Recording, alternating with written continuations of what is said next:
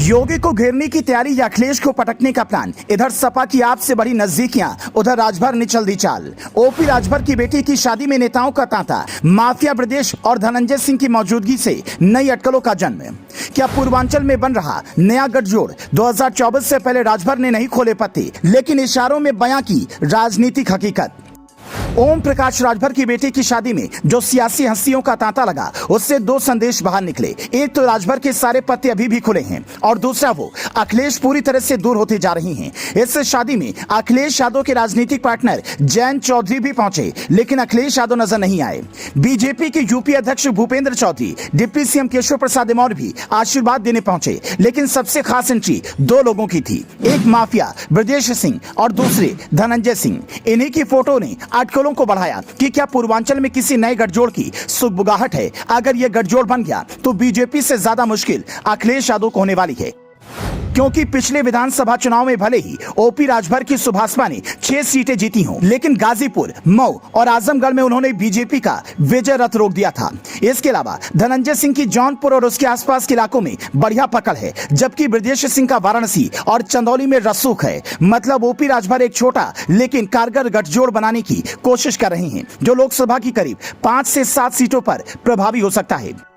OP Rajbhar की बढ़ती ताकत का अंदाजा आप ऐसे लगाइए। 2017 में हुए विधानसभा चुनाव में सुभाषपा ने 4 सीटें जीती थी। इसके बाद 2022 में समाजवादी पार्टी से गठबंधन कर चुनाव लड़ रही सुभाषपा का और कद बढ़ा। पूर्वांचल में राजभर के प्रभाव वाले क्षेत्र आजमगढ़ और गाजीपुर में बीजेपी का खाता ही नहीं खुला। मऊ जिले में बड़ी मुश्किल से एक विधानसभा सीट ही भाजपा जीत पाई, जबकि 3 सीटों पर सपा सुभाषपा गठबंधन को सफलता मिली। वहीं जौनपुर में सपा सुभाषपा गठबंधन 5 और बलिया जिले में 3 विधानसभा सीटें जीतने में सफल रहा। साथ ही पिछली बार की तुलना में इस बार सुभाषपा के विधायकों की संख्या 4 से बढ़कर 6 हो गई।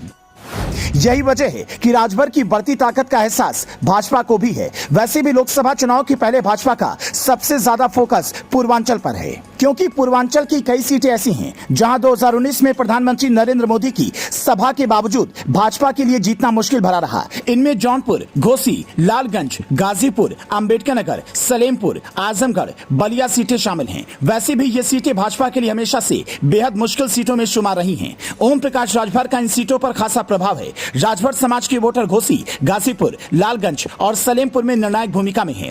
इसलिए बीजेपी चाहती है कि गठबंधन उसके साथ हो जाए, और अगर ना भी हो तो सपा के साथ ना हो, क्योंकि राजभर और अखिलेश अगर मिलते हैं तो मामला गड़बड़ हो सकता है। अभी तक के आसार भी यही कहते हैं कि अखिलेश यादव और ओपी राजभर के बीच दूरियां बढ़ गई हैं, और बीजेपी के नेताओं ने राजभर की बेटी की शादी में बड़ी संख्या में शामिल होकर यह संदेश देने की कोशिश की कि पूर्वांचल में गठबंधन को लेकर सीरियस हैं, क्योंकि अब बीजेपी के संभावित साझेदार के रूप में राजभर को देखा जा रहा है। Bureau report, leading Bharat TV.